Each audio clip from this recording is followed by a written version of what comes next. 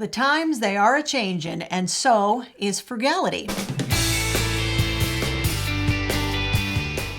Frugality is in vogue. We did some research about current trends in frugality. We'll share what we learned in that research, along with ideas of why we think you should probably hop on board these frugality trends, because they are going to help you to prepare for higher prices after the first of the year. In case you don't know us, I'm Larry. And I'm Hope. And we're from Under the Median, where every week we bring you videos on practical frugality.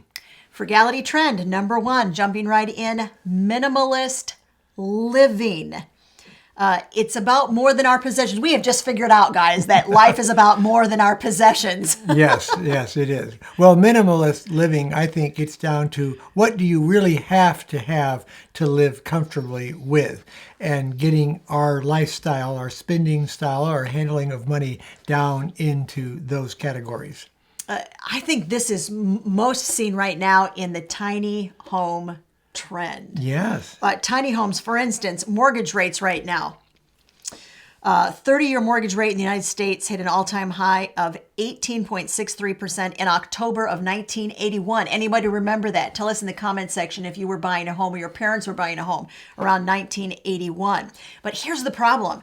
It hit a record low in 2021 of 2.65%. And I think the trend, it's like human nature to think, oh, mortgage rates are this low, they're going to stay this low forever. Well, then all of a sudden we get hit with this massive inflation spike, and the Fed start raising those interest rates in order to try to balance out inflation and get it under control.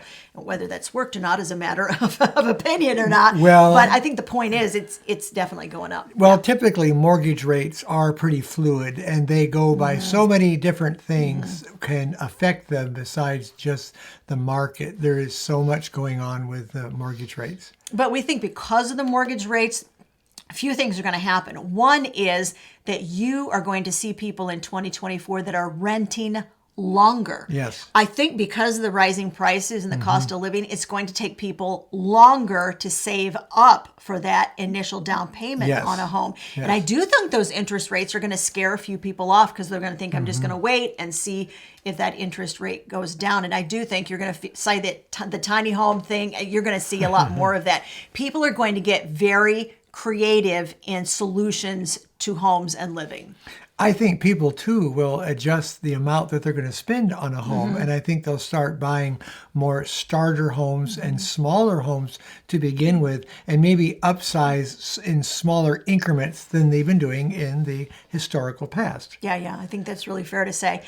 The other thing that we think is probably going to happen is that banks are going to come up with innovative solutions for mortgages and for lending people money. And we just hope that it's not some subprime lending or something, some derivative thereof, like we saw in the 2008-2010 housing crash. And no doubt they'll have to make some adjustments, because there are changes coming down the pike. All right. Other than being minimal, there is a second area that we believe that we are seeing trends in as far as frugality is concerned. And that is that people are concerned with buying items that are higher quality, that are going to last longer. Yeah, they're going to want to spend money on items that they can put in their home and keep in there for years to come, maybe anywhere from 12 to 15 years, where in the past it doesn't really matter so much because they've got money to work with. Now the money's a little bit tighter, so we have to be careful where it goes. I think we're going to see people get kind of picky about where they are willing to put their money. And I don't think that's an altogether bad thing. But I do think that this whole idea of buying for functionality and for long-term use, that's kind of the kissing cousin, isn't it, of the whole minimalism lifestyle, is this whole idea of buying only what you want and need and making sure it's going to last a long time. Part of the reason that you're seeing minimalism and sustainability in such a greater impact today is because we have changed the way that we work based on COVID and the history that it's made on our company and the way that we work. A lot of us today work at home instead of working at an office, and that really has changed the navigation of what we do in order to have to pull down some money. Not only are we looking for more functionality in our interior of our homes, we're also looking for an interior that is going to be very peaceful because we got to be in it like 24/7. It feels like, right? Especially if you're working from home. So you're seeing the way that people are actually utilizing the space inside of their home change a lot because of this work from home trend. Well, they're making the most of their surroundings, and they're also making their home a very efficient place to both live and work at. Now, here is how this work from home trend is really affecting frugality, because we told you everything that we share with you in this video is gonna come back to different trends in frugality. It does. So how is work from home a trend in frugality? People have figured out that if they're working from home, they can actually save a boatload of money in areas that they were previously spending because they were in that professional work environment. I mean, let's face it, guys, like for Zoom meetings and stuff, we got to look good from here up. This is where like the business wardrobe begins and ends anymore, is from here up.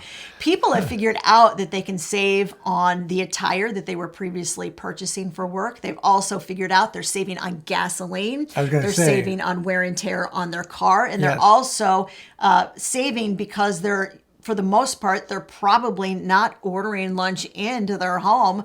They're taking a break, walking in the kitchen, getting a sandwich, and walking back to their desk in their den or wherever else they're working from. Well, saving on that commute is adding a lot of different things into our quality of life as far as our work life goes. For one, we're not spending as much time on the road as well. So we can just get up, get our coffee, get our breakfast, sit right down at our computer and turn on cameras or microphones, and we are on the job. Whereas before, it might have taken a 30-minute, a 45-minute commute to go from your home to work. So we're saving time there, as well as the downtime on running a vehicle, those kind of distances. We are really, I think it's very more efficient way of handling it. Frugality trend number 4, financial education.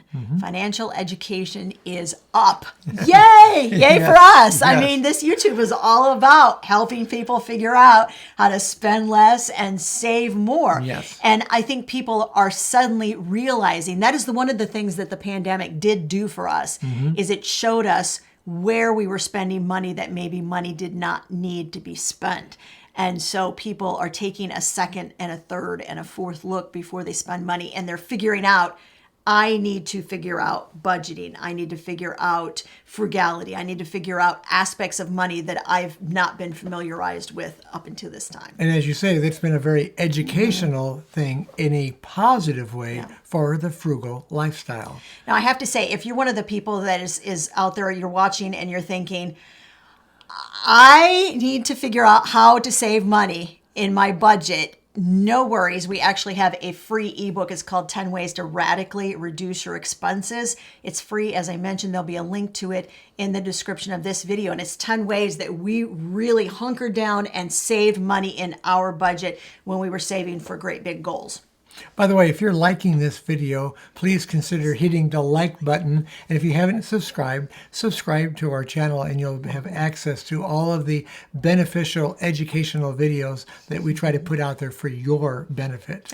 Yes, hitting that like button is super helpful to us. Trend number 5, secondhand and thrift store shopping. This was fun. As I mentioned, I did additional research on every single one of these trends. All right, you ready for this? I thought this was fascinating. Global secondhand market is set to nearly double by 2027, and it will reach, you ready? Big number, $350 billion. Wow. I did not expect that it was that high, because we're talking globally, so around the world, secondhand market. The global secondhand apparel market, that's your clothing, is expected to grow 3 times faster on average than the global apparel market overall. So it's really going to grow with the used items much quicker. Secondhand shopping saw strong growth in 2022. I couldn't find anything for 2023 yet, but in 2022, it did grow at 28%. Our prediction, this is going to continue to grow. I think so. People are going to continue to look at the secondhand market before they even look at the retail market when they're ready to buy things because prices have gone up so much. And the reason's obvious. People are looking for a way to help themselves, to save money, to make their money go farther. Yeah. You shop in secondhand more often? Tell us in the comments section. If you want our top 10 tips on thrift store shopping, we did a video on it. It's a couple of years ago. I'll make sure that video is linked up above, guys, and in the description of this video. All right, frugal trend number 6 is DIY, and that means do it yourself. And we think this category is going to rise greatly in the near future because people are going to find ways to fix their own items or maybe hire somebody locally that they can trust and fix items rather than replacing them so much. Frugal trend number 7, home cooking. CNBC reported in July of 2023 that diners have been visiting restaurants less frequently. In April, traffic at restaurants open at least once a year fell by 3.5%. Doesn't seem like much, but compared with a year earlier, according to Black Box Intelligence data in a survey conducted by Alex Partners in December of 2022, 74% of respondents said they plan to reduce their dining out. I don't doubt that at all. I think dining out is going to take a lesser role, and people are going to figure out how good they can cook good meals at home and save so much more money. I found this interesting. I'm just going to give you a comparison. One of the things that we've talked about on the channel is sort of the frugal hierarchy of needs. Yes. And frugal people, when they feel like they want or need something, have a hierarchy that they follow. And this was like the reverse hierarchy for us. So we started out when we first got married and we went out to eat for pizza at least once a week. Oh, at least. Yeah. And then we figured out, wait a minute, we can't afford this. So we went to the next level in the hierarchy and we're like, we're going to go to one of those joints where you, like Papa Murphy's. So you're going to go, you're going to buy the pizza, take it home, cook it yourself. And then we went to the next rung on the frugal hierarchy, which was, no, we're not even going to do Papa Murphy's. We're just going to go to the supermarket because those were even less expensive. They're like DiGiorno our way through the weekend. And then finally, we got like to the bottom of the rung of the frugal ladder and said, you know, I'll bet pizza's not that hard to make from scratch. Yeah. I'm willing to bet that we could put together a pretty good pizza and whip it up in not too much time and we could do it ourselves. So that's sort of the frugal hierarchy. And we are thinking, this is our prediction, guys, and you can tell us if you think we're right or not. People are going to follow that reverse frugal hierarchy a lot more when it comes to food in 2024. We think they're going to start from restaurants and they're going to work their way down to, I think I can do this myself. I got to say, Hope got really good at making her own pizzas from scratch. And we got to the point where we asked her, will you bake another one this week? Because they were such a treat. Frugal trend number 8, subscription self-audits. What does that mean? Well, according to Insider Intelligence, subscription e-commerce, which includes a number of different kinds of subscriptions, everything from your television services like Netflix or Disney Plus to beauty care boxes that you might have delivered to your home every month, like FabFitFun. So it covers the whole gamut of e-commerce, things you're going to have delivered into your home every single month. Okay. At the beginning of 2023, that e-commerce was poised for its slowest growth year on record. Economic concerns, inflation, and subscription fatigue have all tempered consumer appetites for subscription offerings. Sales were increased by just 5% in 2023, and that's the slowest rate since e-commerce subscriptions came to prominence in the early 2010s. What does that mean for our prediction, Larry? Well, it's going to go down. They're not going to be as popular. In fact, really, I was just thinking the entire time you were reading that, I was thinking we have some subscription services that we have signed up to on our TV that are absolutely free, like Pluto TV and Tubi TV, and of course, YouTube. Those are all free services. The only thing you have to do is put up with a little bit of advertising. But honestly, we find so many good things to watch on those. And I don't see any reason for us to have to pay for a lot of these subscription self-audits. I just don't see a reason to put that money out on it. Well, I think people are going to self-audit with these subscriptions. They're going to go, wait a minute. do I really need that? Am I really using it? Am I getting Right. a lot of benefit out of that? And I think most importantly, our prediction for after the first of the year in 2024 is that not only people are going to periodically look at these, more intensely and more often, we think that they are going to find ways to get what they want for less money or for free. Absolutely. Number 9 is community sharing and collaboration. What do we mean by that, Hope?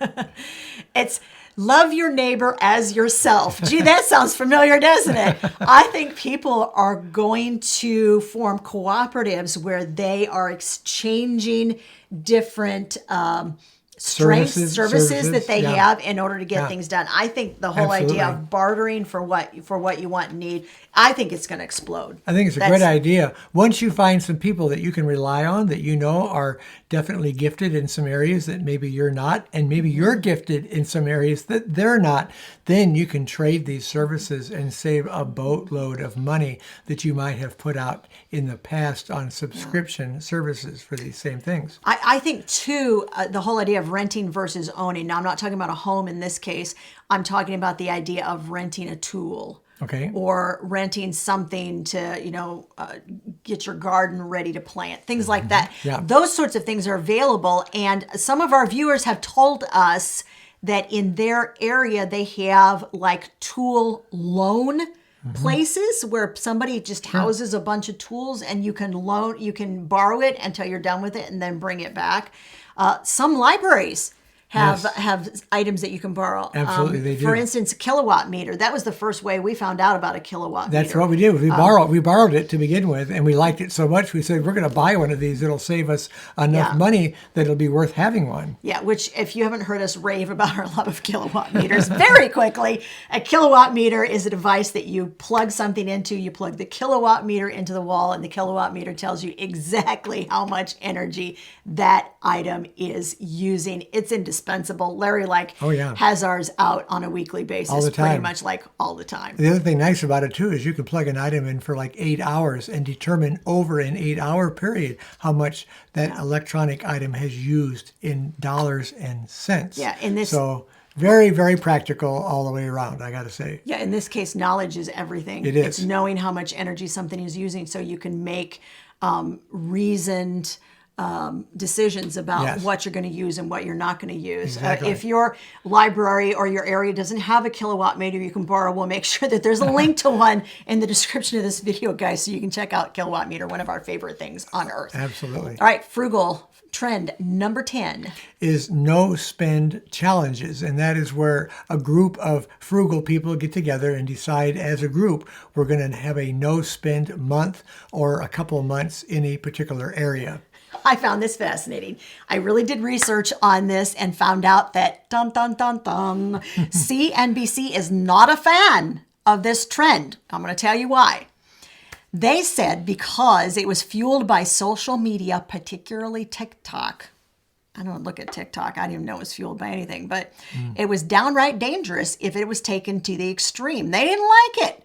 So here's what they suggested. They said, we'll just set up a budget as an alternative to racking up the maximum number of no-spend days. I think, in my opinion, that CNBC just missed the whole boat. They missed the idea of what a no-spend challenge even was and why one would do a no-spend challenge. A no-spend challenge to us is really designed to help you figure out a couple of things. Number one, where you're spending money that you shouldn't be spending money. Because it immediately shows you when you've decided, oh, wait, I can't spend any money.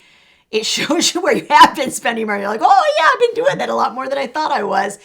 And it also shows you exactly how much money you're spending on those things. It does. It's a very black and white thing. And of course, since it's mentioned, it is a challenge. Yeah. So it's something you put a little effort into and you make it work. And by golly, it's amazing how much money you can save by doing some of these regular no-spend challenges in your budget.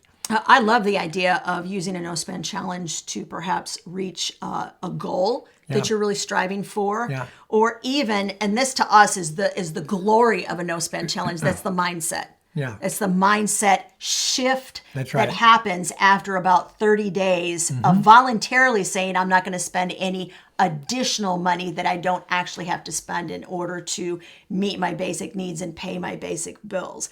And something happens inside your head where you go, wait a minute, I don't have to spend that money if I don't want to. And oftentimes we find after No Spend Challenge that people don't go back to those alternate ways of spending because they've realized that they don't have to be spending that money. It becomes a preference. You prefer not to spend that money because you have found alternative ways to live without it. And that is the advantage of those kind of weekends. Our prediction, No Spend Challenges are going to become more popular. Yes. Despite the fact that CNBC was not a fan of No Spend Challenges. Now, if you're wanting to start a No Spend Challenge and you feel like, I don't even know where to begin cutting costs, remember, you can grab a copy of our free ebook. It's 10 ways to radically reduce your expenses. You'll get a lot of ideas in there to get started on a No Spend Challenge. If you don't know how to do a No Spend Challenge, we did a step-by-step walkthrough of a No Spend Challenge and gave you 5 different no spend challenges to get you started. That video is right over there. Go take a look.